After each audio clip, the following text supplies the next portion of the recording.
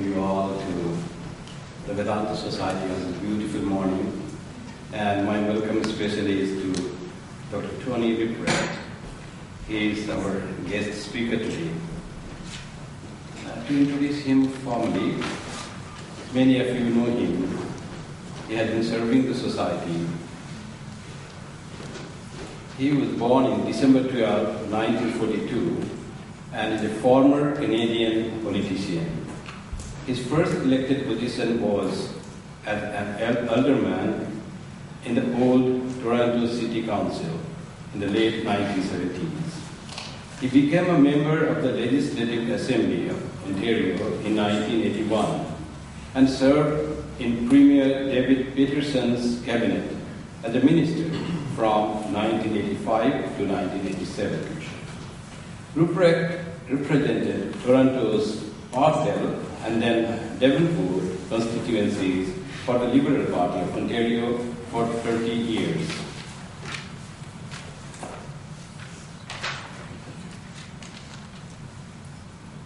He served as a Minister of the Crown for Citizenship, Multiculturalism, and was responsible for the Department of Disabled Persons.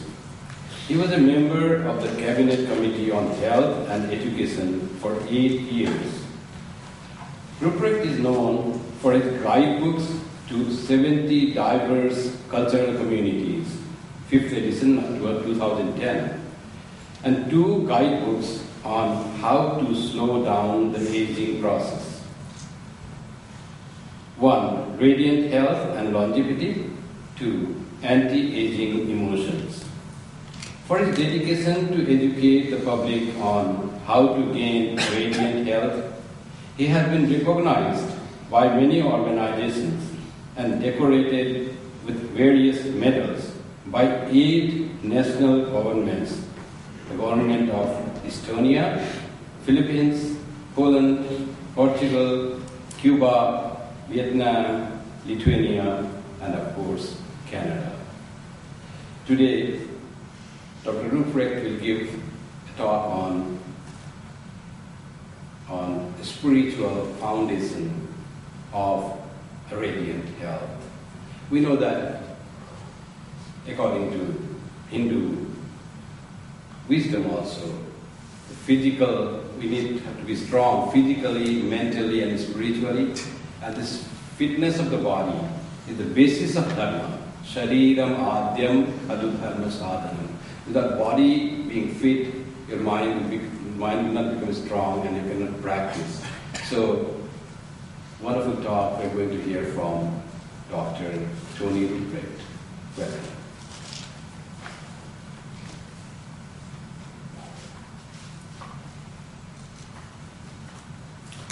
Well, thank you, Swami Kripamayananda, and good afternoon, ladies and gentlemen. I'd like to introduce some of the people that are here who came with me, so that afterwards, when you have your light lunch, you might be able to approach them and they will be able to give you some more details. Right in front here is Halina Baranovska. She's also a spiritual seeker. And my good friend, Mr. Patel, Jay Patel, stand up for a second, who is famous because he stopped me from marrying a former Miss Venezuela. and consequently saved me from a lot of misery, most likely. To his left, we have William Diaz. He's a person who sponsors caregivers to come to Canada and to help some families. Right in front is my assistant, Yasmin Me, and to the right, is anyone else that I've forgotten? John Banerjee, of course. John is already well known to everyone. There will be, probably, finding this place, there will be more people coming, probably 1 or 2 more. So Swami, I'm delighted to join you today in your congregation. As a sign of our respect, we have an Eastern European tradition to give something to leadership, especially when it comes to spiritual spirituality, and I'm delighted if you step forward, please. I'm glad to give you this. Actually, this is German stuff. This is German Stollen. It's called a Christmas bread. So I'm delighted to present this to you.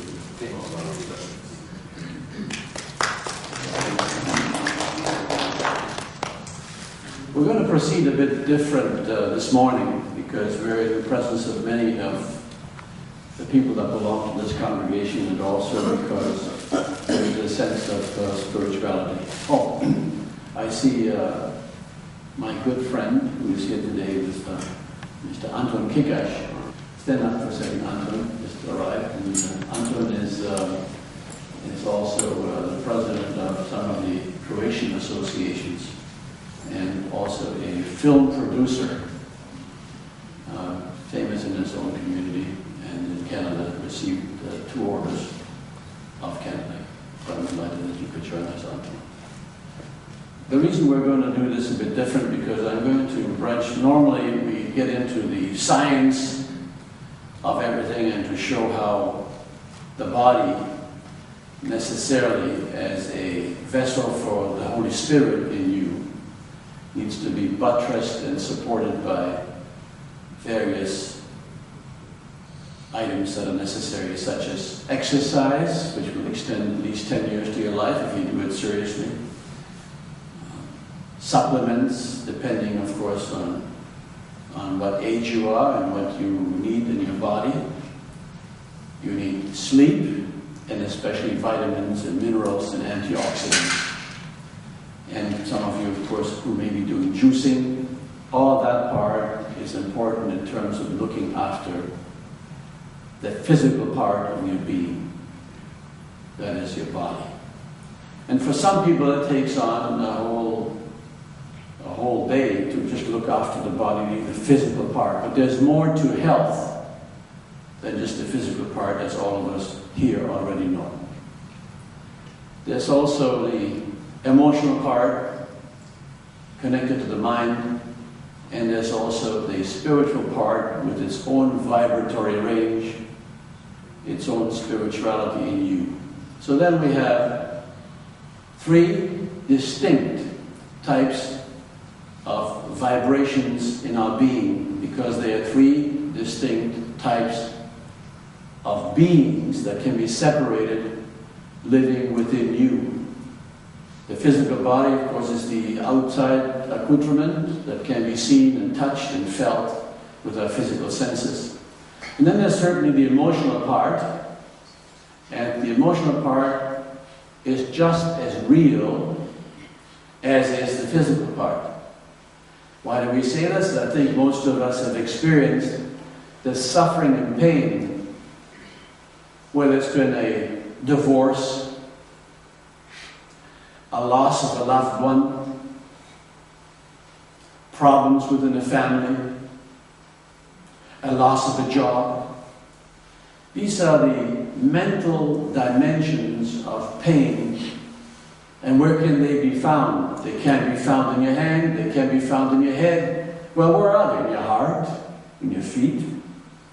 But they are just as real as a physical pain of a broken body or a sickness. Just as real, because you feel them everywhere within your body. So there's another proof of an existence of a mental body, and some identify it as the soul, with all your characteristics involved, all your characters, all the good part of you, the positive part of you, and to identify is also our job, the negative part of us, because that's part of the reason you're here in this existence, to overcome the negativity and to move on or towards the light, towards the spiritual person or being whom you worship. And we already know the Vedanta Society says, in fact, it is part of my introduction in my book on the spirituality, that it does not really matter which entity or which spirituality you worship. because all of them, all of the religions and all their bases is a movement towards the light, is a movement towards the positive, it is a movement towards the good. You, of course, are mostly Indian background. And there I feel very much at home. In fact, I have insisted to raise the Indian flag in the Parliament for the last 4 years. Why was that important? It was important because India and the Indian flag is the only symbol of all the flags of all the countries and all the national anthems of all the countries are different than the national anthem of India, which you know by heart, most likely. And what does it say is the national anthem of India?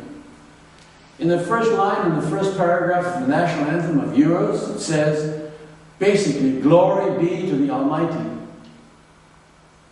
And glory be to the work of the Almighty, which we find in every part of India, from the ocean to the south, to the mountains, to the north, to the east, and to the west.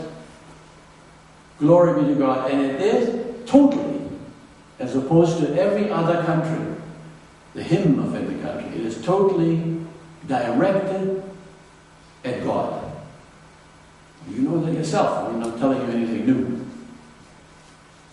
But when you hear, later on, we have the receptions with the consulate, or with the ambassador, or with the public, in whatever way, you always only hear that India, that has become an atomic power, where the middle class is now revived, and where there's riches, and where you can become a very wealthy person. And I say, as the only one in the room, when I get to speak, I say, let's hold on for a minute. Oh, Mother India, what has happened? You moved your whole economy towards the Western outlook. You moved in the direction where we're consumed with the glitzy towers and the fancy cars and its riches. But what about that Mother India, whose purpose it was to teach the world spirituality? And what about that part of it? And so people begin to think, are we totally encompassed? Are we totally blinded by consumerism and the ego? And what about the holiness? What about the spirituality? So we're calling, when we raise the flag, we're calling you back to a mother that cares, to a spirituality that's so important and that can teach the world. And that is the real purpose of India. That is the real purpose of India, to teach the rest of the world about the Spirit. Yes, it is true. It is true that there are many different religions and each one should be respected. But within the Indian tradition, where I find so much in common, so much almost at home,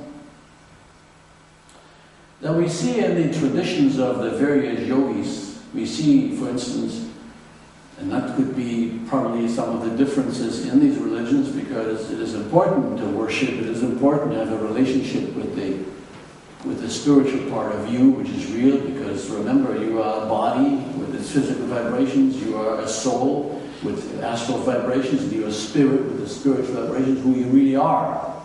So we're here to remind you. Swamiji, of course, that is almost his life's work, to remind you who you really are. You are spirit. In the end, you're spirit, you're made in the image of the Creator. It's all in us.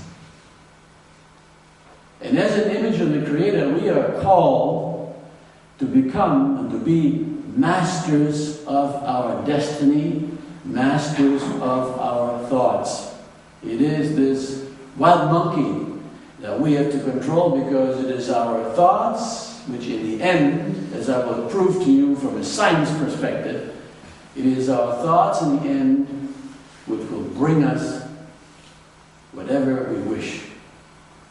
The universe and the Creator has created you as a semi-God, because you have the possibility, you've got the power to think and have the options to think whatever it is you wish to think and have it emanate and have it become real in its physical presence. It cannot not become real.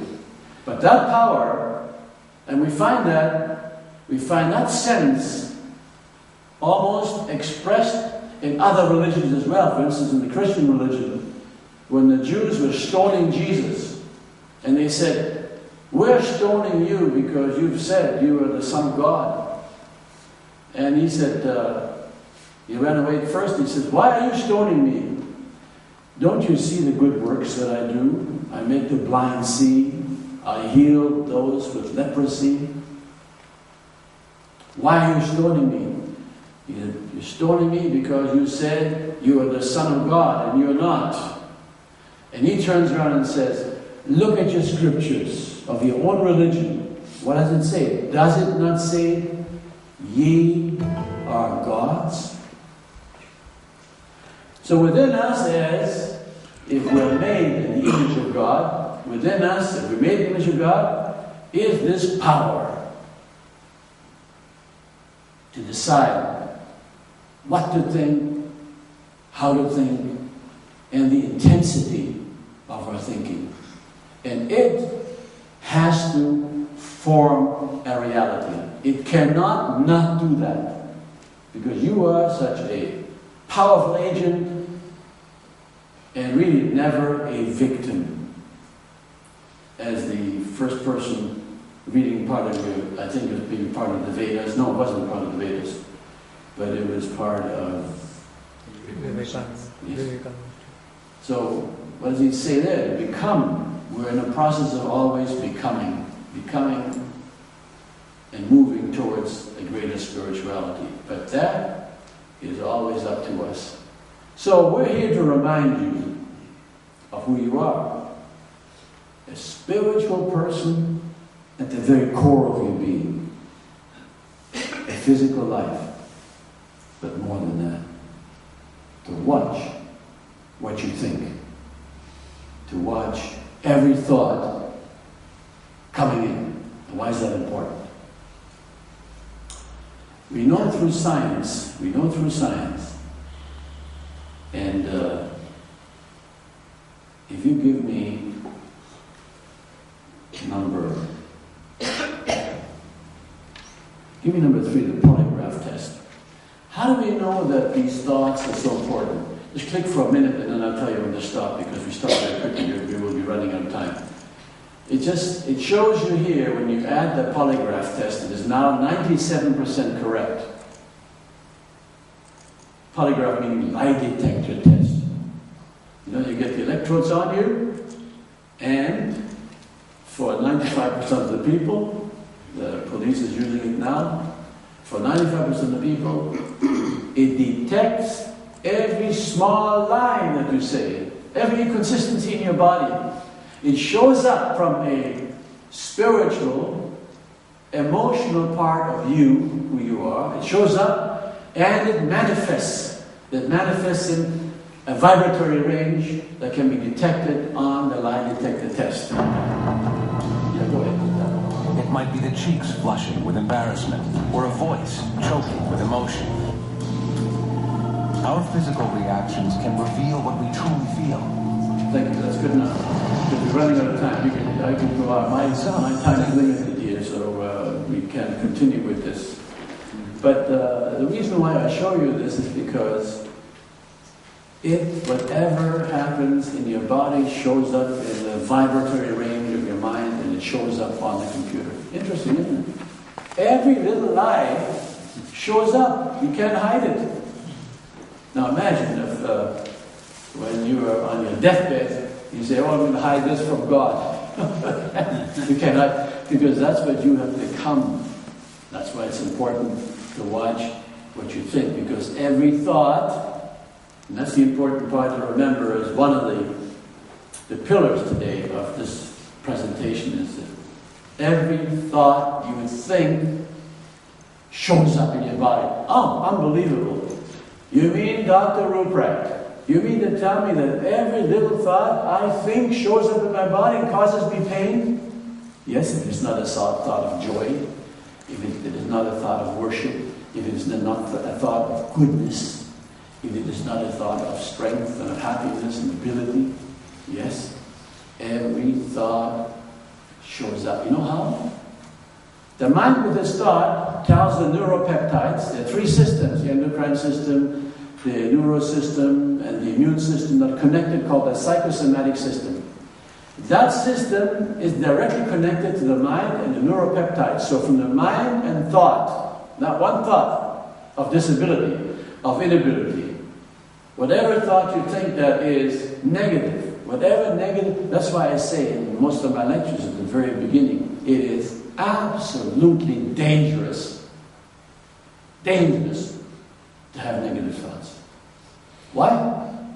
Because directly it goes into your body, into the cells from the mind, through the psychosomatic system, and from there directly to the cells, and it tells the cells what chemicals to produce.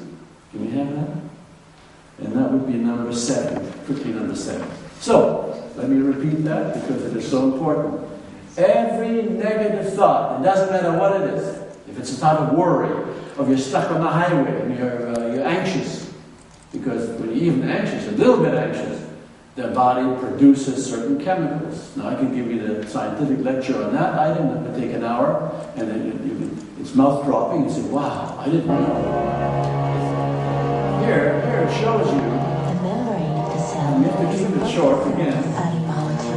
Here it shows you, because that is not as clear, how a neuropeptide that has been identified and moved from the mind to now to go to the cells, through the psychosomatic system. Look at that. It goes right to the cells, and it tells the cells, each cell has hundreds of triggers on top of the cell. Hundreds. Some cells have thousands of triggers on top. It goes to the triggers, some of it goes right through to tell the cells what to produce. Others stay on top, and it tells the cell, now produce this chemical, which is the precursor to sickness. Interesting. But we have to stop right there. Unfortunately, it goes in and it tells you later on how to go into the cells. So here is the scientific proof. It's the science. I'm not making this up. It's the science of whatever. Well, what are these negative thoughts? What are they based on? We talk about it all the time. But essentially, if you're looking into your own scriptures, essentially the sort of negative parts that you can create cluster around these vices. The vice of lust, lusting after someone, gluttony, overeating, greed, never having enough, laziness, vengefulness, anger, being angry, envious, jealousy, pride, all of those, just a trigger of a thought will send neuropeptides down to your cells, and it tells the cells, produce this chemical. And whatever negativity shows up in the negativity of the chemicals produced in the cells. Now imagine that. If you're doing the same thing over and over again, and we all are, creatures of habit. So imagine the same thought going into the cells, day in and day out. The anger, or if you're married to former Miss Venezuela, imagine if you would be jealous. Who's she talking to now?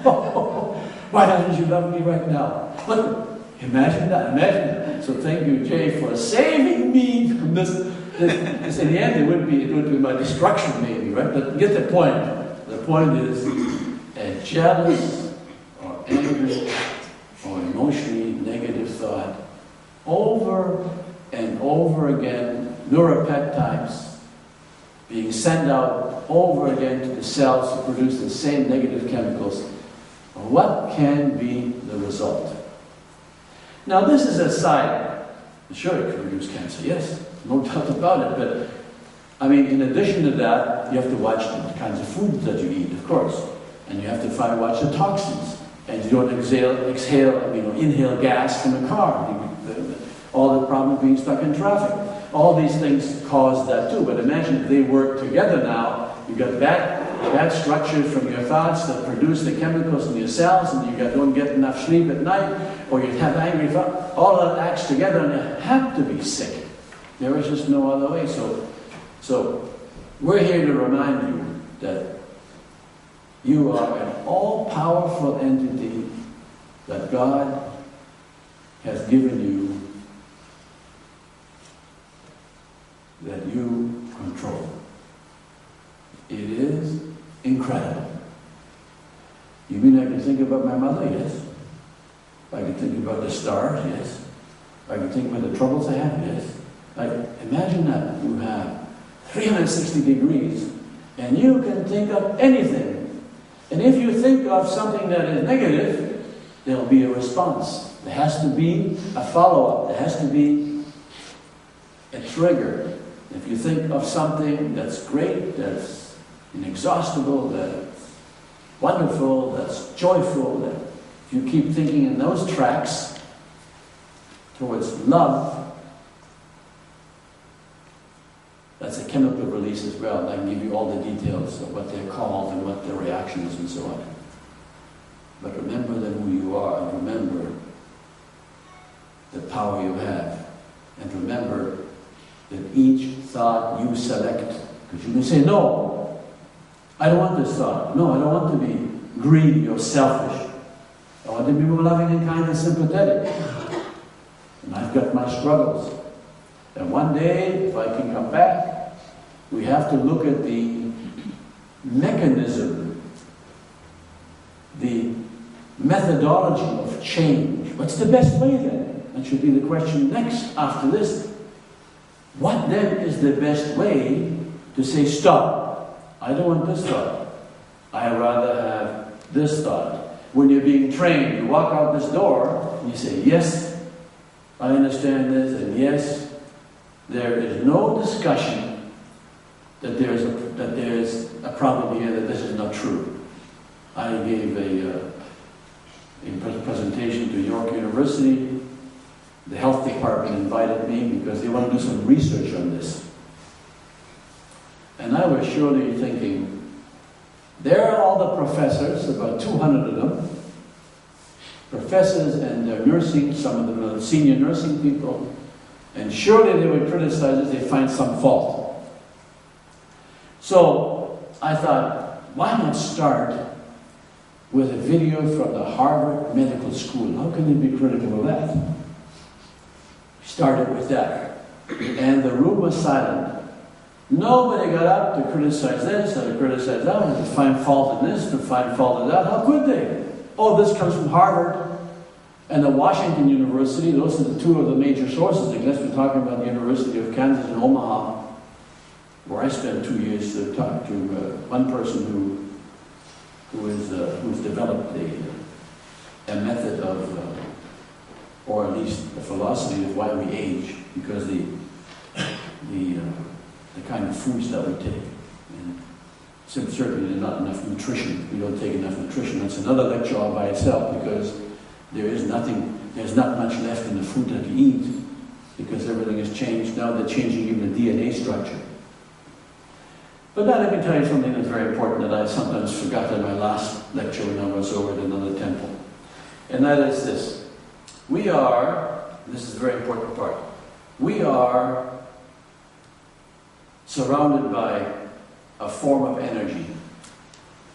And in my last newsletter, you can click it on if you wish, it's newsletter 23, I think, it says very clearly that there are 4.7% that scientists are now claiming is matter.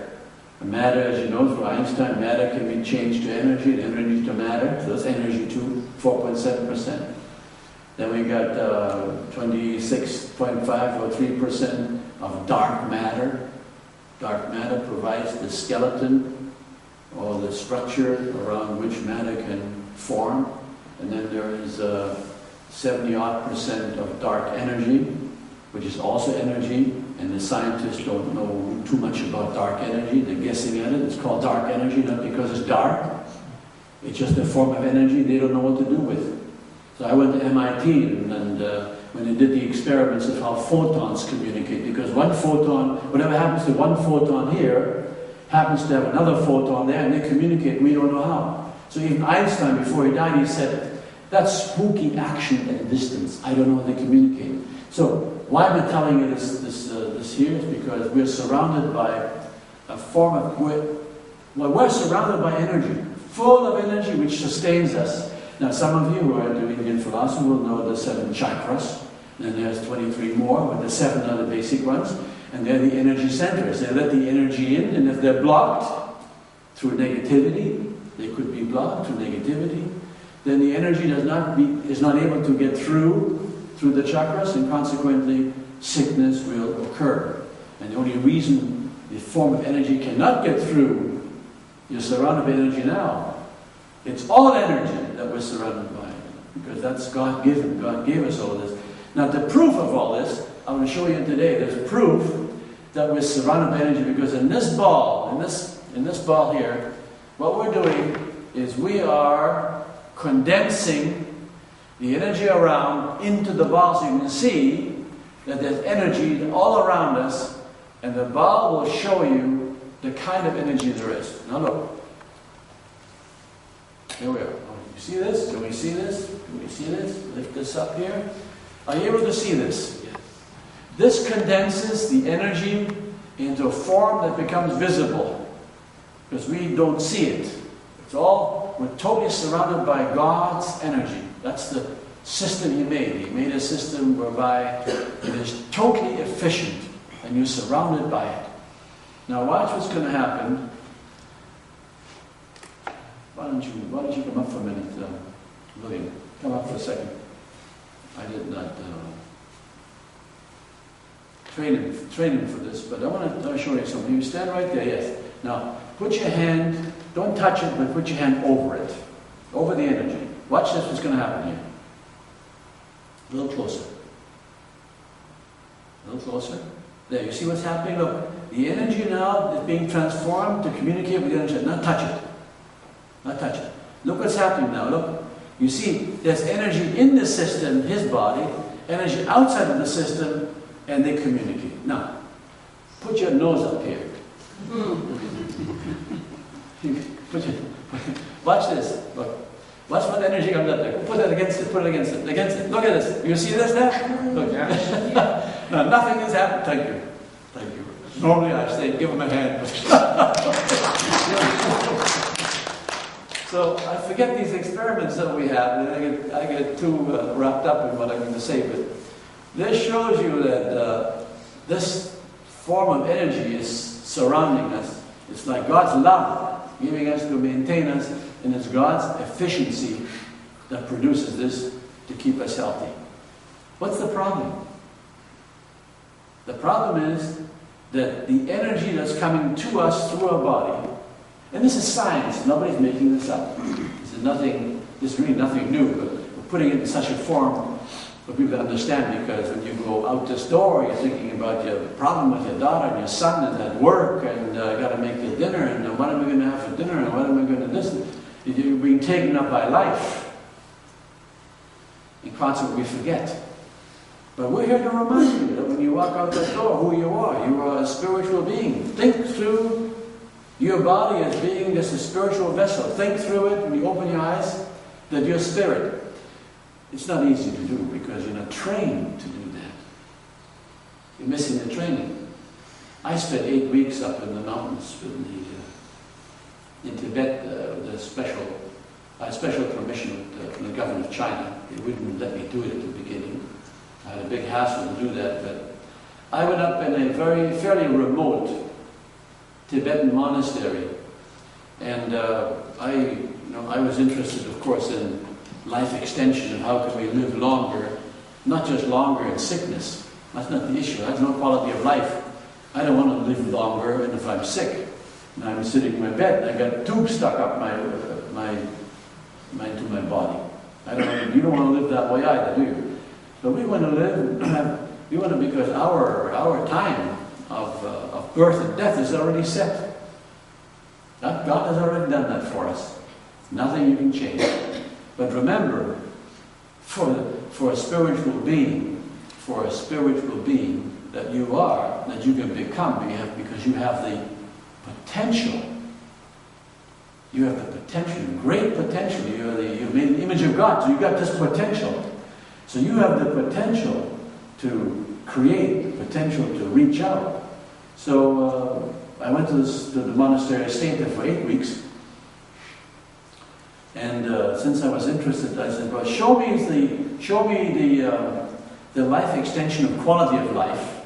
Not the years, but the quality. Because you can be sick when you're 50 and then you die at 73 and you got 20 some odd years of sickness, but we don't want that. Show me the quality of life and show me what you do here, essentially. Because I heard something about that monastery because, as you know, the Dalai Lama is in India, lives in India, no, Nepal or someplace there. India. Well, it's in India, Dharamsala. Dharamsala, right? He lives there. And the Chinese government put another Lama there. But, and that Lama actually, when I had arrived with a very small delegation, put on a dinner for us. And I was totally surprised that the Lama that the Chinese government instated smoked. That's an interesting Lama, right? That should know he smokes. And he drinks. I thought, wow, that's an interesting Lama.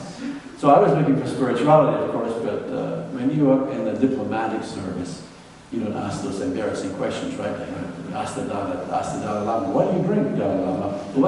Imagine that if you are having dinner with the Dalai Lama and he starts drinking, would you lose some respect? Or he starts smoking? It doesn't really fit, right? So the poor guy had his own issues, obviously, because he was put there to be the Lama, and he knows he's not the Lama. So that leads you to smoking and drinking, I'm pretty sure. But in any case, I spent some 8 weeks there in this monastery, and I actually took some pictures of this. I was able to do that.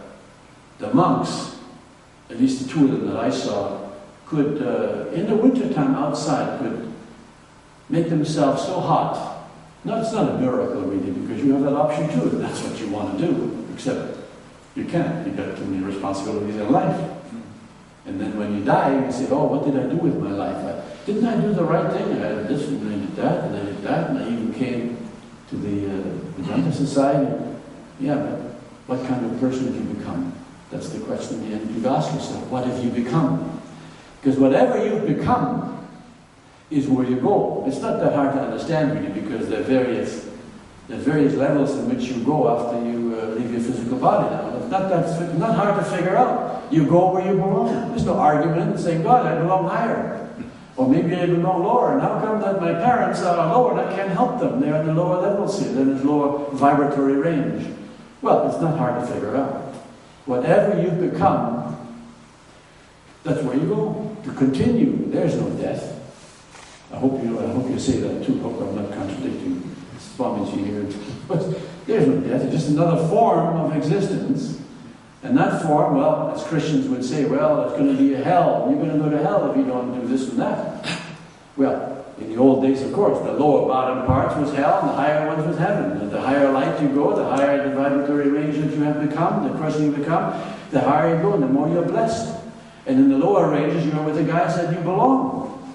So if you're a thief, and you belong in terms of this anger and all that, you belong in that category because that's the vibratory range you're giving out. That's the vibration you become. That's where it goes. You're with other thieves and other guys who try to cause you harm. Not that hard, is it? And then if you've become a higher spiritual being with more goodness involved, that shows up in your being as well, and you go there where you belong in that area. The highest one is maybe with the angels, or some form of higher part, but people mean you well. Other spiritual beings mean you well on your way to further development. And the lower you go, the more they want to harm you, and the more pain and suffering there will be, no doubt, as we have now. If you're dealing with people who are not developed, if you're dealing with a bunch of thieves, and those who mean you harm, well, you feel it right away, and you have pain and suffering to go through it. So we're here to tell you, but move away from this. Move away towards goodness. Move away, you got the control. You are that powerful being, and that reflects in your health, because what are we after here? We're after radiant health. We're not solely after good health.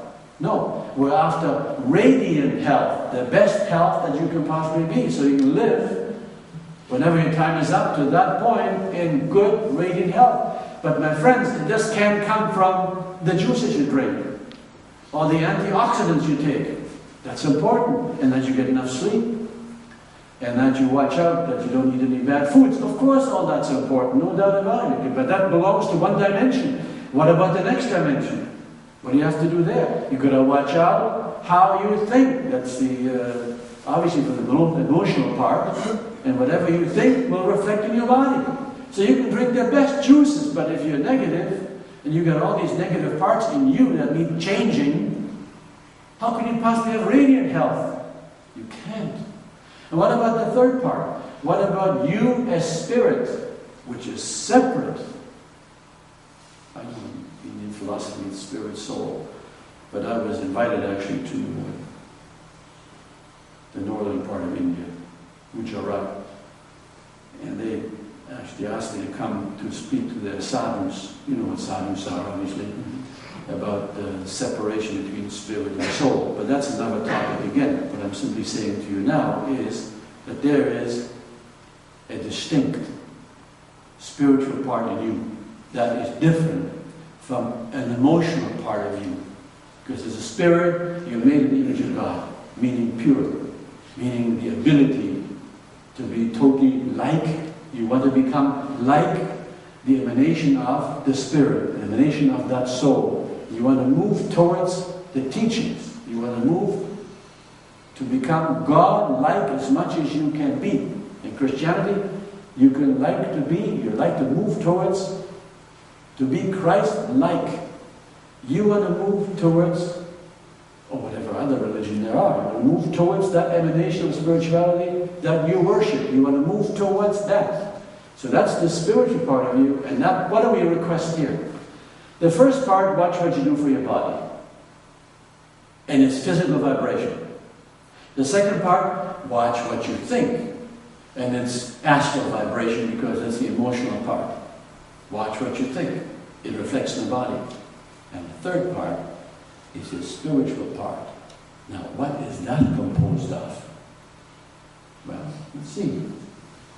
As a spirit, as your spiritual part, how can we make a distinction between the soul, which is that part that's identified mainly as the character with all its various types, with all the ones that we were reading here, whether with the laziness and with the good parts, with the bad parts, your whole characteristics, and certainly the negative part of it, all of that is identified, the negative part of it is identified as obviously that which causes you harm. And the positive part is identified towards that which is good. And obviously that moves you in that direction.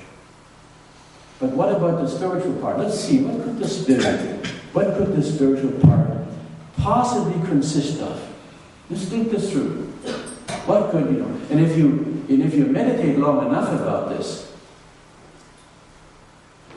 and if you spend some time about this, it'll slowly sink in of who you are, what you are, and you're able even to describe it after a while, because you begin to sense it and you begin to feel it inside. What could it be? So tell me, what is the spiritual part as opposed to the emotional part, as opposed to the body part? It is this. Your will. I will to follow my Swamiji. I will to worship. I will to do good. I, separate from God, at this stage, separate entity, but connected, I will to be good.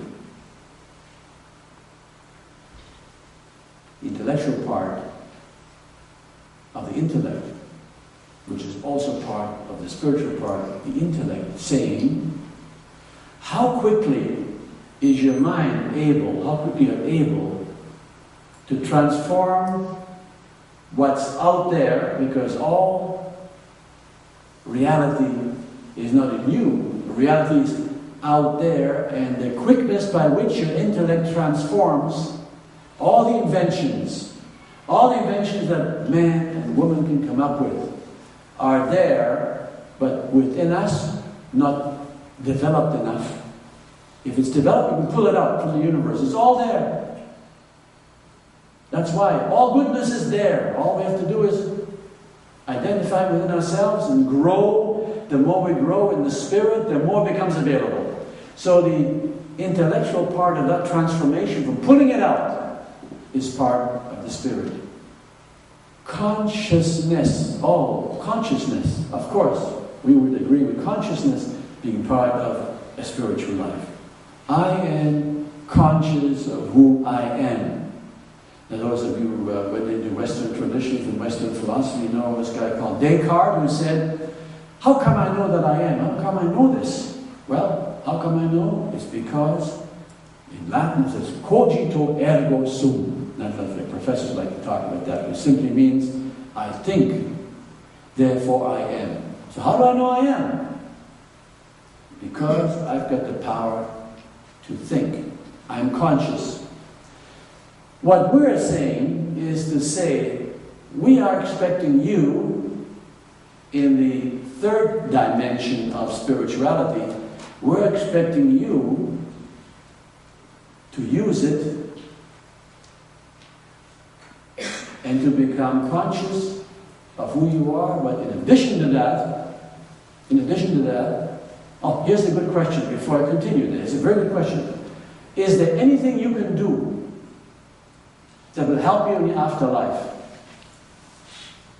And we must say, yes, there's something we can do to prepare ourselves for the next life. Well, what could that possibly be? Can we prepare ourselves? Yes. And we're asking, especially in my book, number 3, which I have the condensed version only, we're saying, you can prepare how? Well, look, it's not that hard to figure out. If you're in the spirit and you're thinking about this and you're asking for God's guidance or your spiritual emanation of guidance, of tell me how this worked, please. Tell me how this worked. You're into it all the time. And you will get that answer because you're developed enough to pull it out and to see it. And so we're asking for you in the third part, the third dimensional part of your spirit as you are. Very simply. How do you get prepared? Not that hard. Because you have the right, and you have the ability to move your consciousness into anything you wish. Example. I can move my consciousness into this part. Imagine when you're dead. What have you got when you're dead? I mean, what power you have got? You can do some exercises to prepare you that when you're dead, because imagine as a baby, the baby comes alive, it takes you about 10, 14, 15 years to become, well, are we running out of time? We have vibratory ranges of the mind. It shows you the vibration rate of the baby's mind, and it shows you from 6 to 12. Actually, it is from age 2 to 6. Then you can teach your kid 3 languages with the same syntax, but perfect language. Picks up everything, because that's the vibratory range that is totally pick-up. Imagine that. And after that gets harder. And the older you come, the harder it is to learn another language. But between 2 and 6, you soak it up. The baby is soaking everything up into... But according, that depends on the vibration of your mind. So there's lower vibration when the baby's born, and then after 2 and 6 it gets higher, and then it gets into the alpha state, which is between 14 kilohertz and 12 kilohertz, and then it gets into the delta state, we become conscious and aware. But I'm just going back here and saying, what is there anything you can do to prepare? Yes, Shift your consciousness. It's not that hard. I can move my consciousness into the part of my body that's sick. I think you talked about the power. Yes, God gives you power, but also God gives you love, and also God gives you justice. So I could go on and on about the different yogis in the yogic tradition. For instance, we know that the Bhakti yogi is moving. The Bhakti yogi is mainly moving into the area of God as love, and looking at all the what we would call all the emanations of love. Love towards children, love towards women, and love towards whatever, towards God. Love. So he's looking towards love. The whole thing is towards love. And then we look at the next, the Raja and the Hatha Yogi. What do? Well, they want to control their will. They're mainly into controlling the will, mainly into controlling your thoughts, mainly into God as power and God as justice. So you see, it's interesting, isn't it? Some yogis spend their whole life looking for God in love and God as love. And then I say here that the Raja and the Hatha Yogi is towards controlling the will, God as justice, God as power. So God as justice, can God forgive all your weaknesses and put you right into heaven without you having to go in your next stage of life into the same stage of suffering and pain until all the dross is removed and you're moving into the right direction towards that area? So, you see, God as love forgives everything. God as love gives us the vibration. God as love gives us the movement to maintain ourselves and to live. But what about God as justice? God as justice cannot simply say, forget everything you've done, forget who you've become, and you get right in with the angels and into heaven and into nirvana. Can he do that? He couldn't. God as justice could not do that. The whole system would collapse because there's a fight going on in your mind. In every thought you think, there's a fight between good and evil.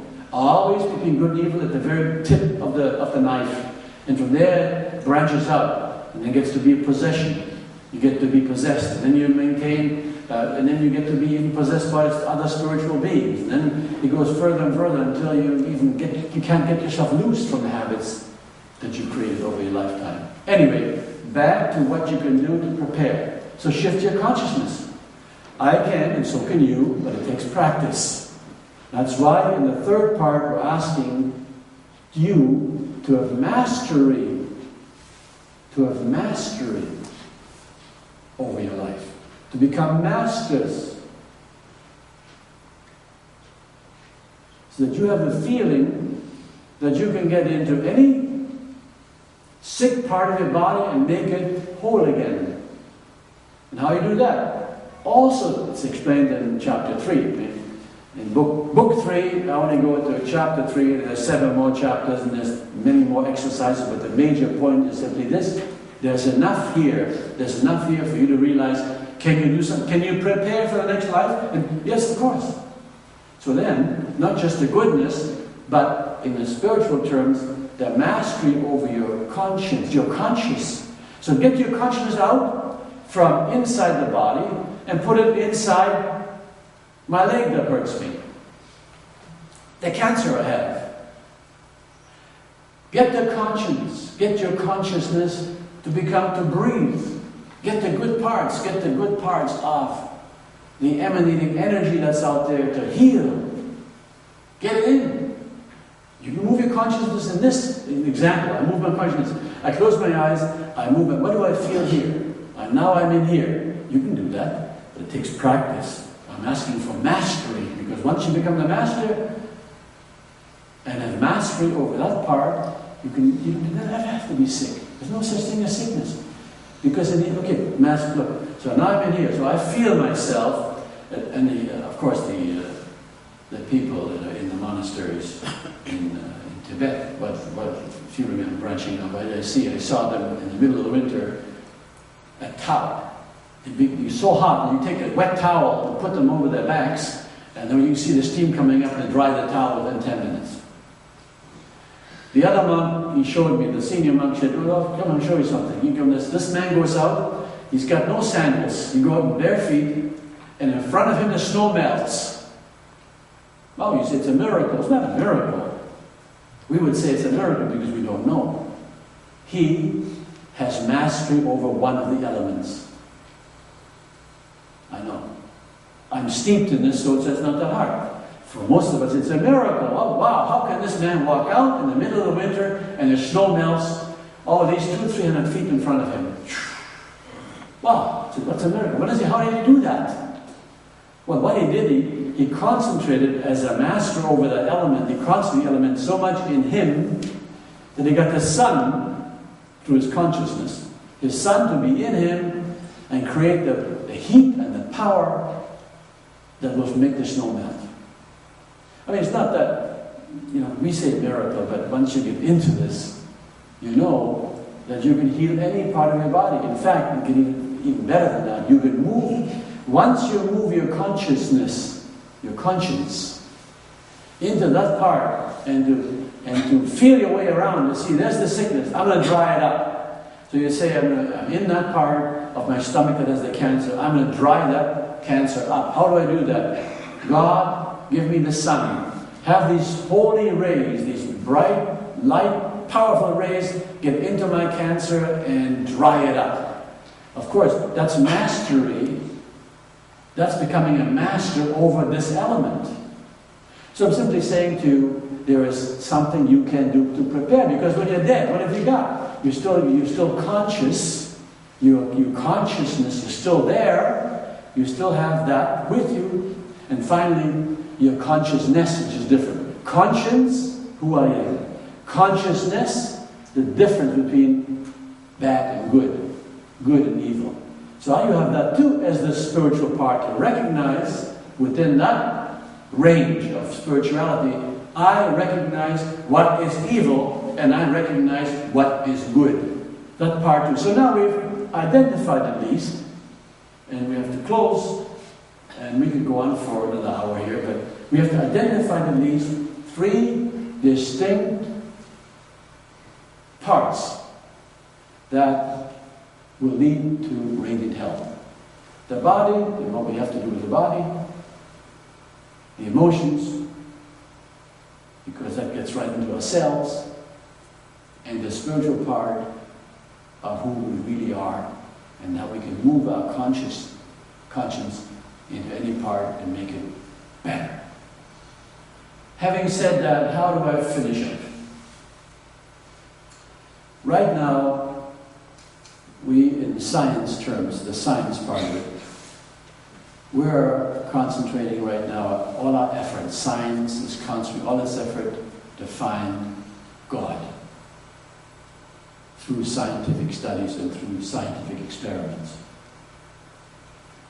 The biggest and most expensive experiment that you can like to the pyramids is being done now. Can you give me that? The Hadron Collider. The last one, Hadron Collider. Now, this is done in Switzerland.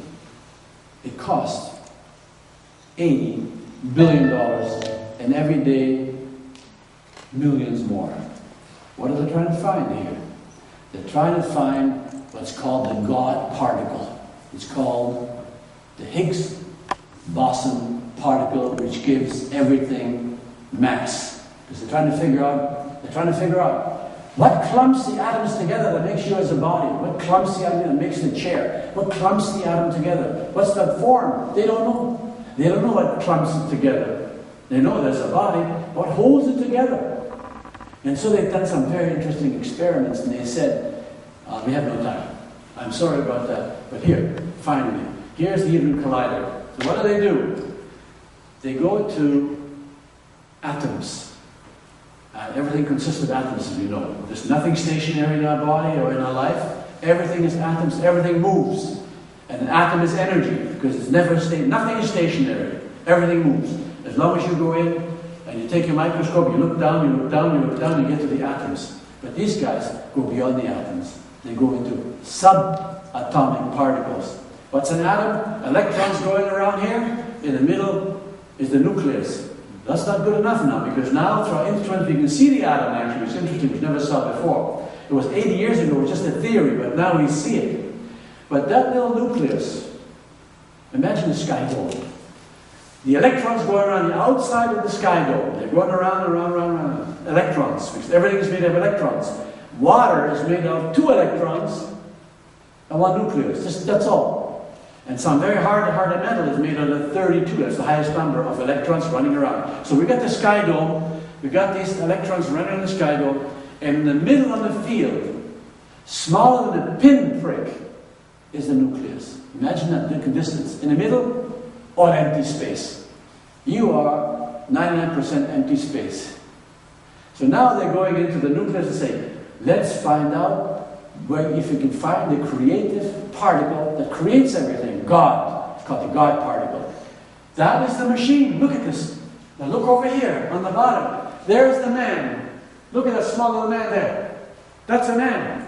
Imagine that gigantic. This is the biggest scientific experiment in the history of mankind since time was born. That's what they're doing. And what are they doing?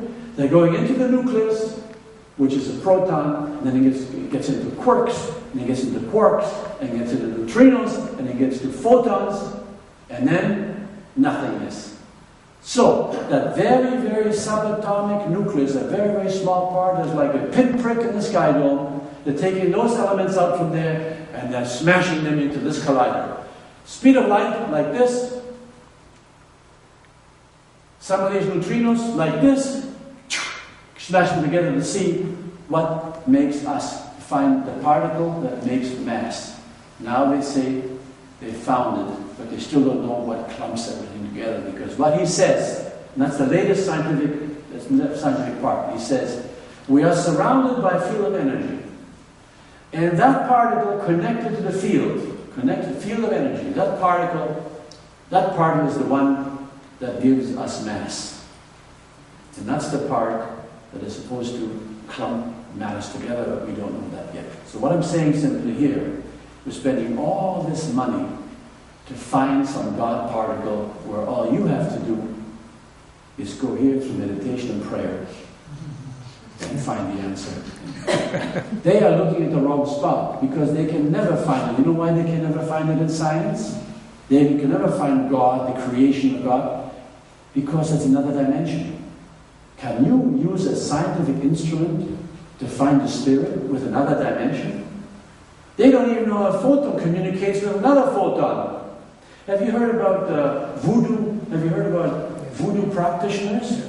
They take a doll, right? The doll, and they go like this. I hate you, I hate you, I hate you, right? And let's say if you never heard about that before? It's called voodoo, right? and that, they say, they hate me, then they poke at my eye with the doll, right? My eye's supposed to hurt because, well, sometimes it actually works. But it's not science. It's not all the time about science. So, how do I communicate? How do they communicate? So the best they can come up with in science is say, you know what they say? Oh, that must be a communication system outside of space and time. Science does not know. How can it find the creator? In science, to measure all that, they can't, because it's simply another dimension. Final sentence is simply this: when you go out that door today, if you remember nothing else, you don't have to remember my name, you don't have to remember this presentation, you just remember one thing, and that is, you have the power to be like a creator for you.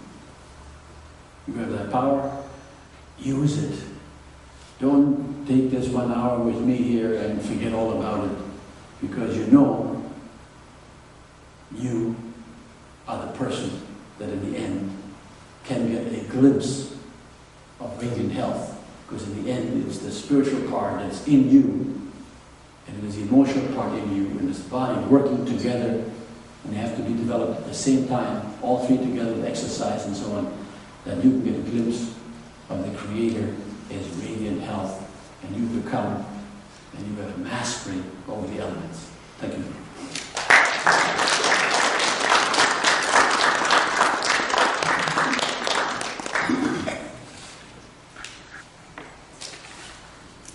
I forgot to tell you that just in case you do want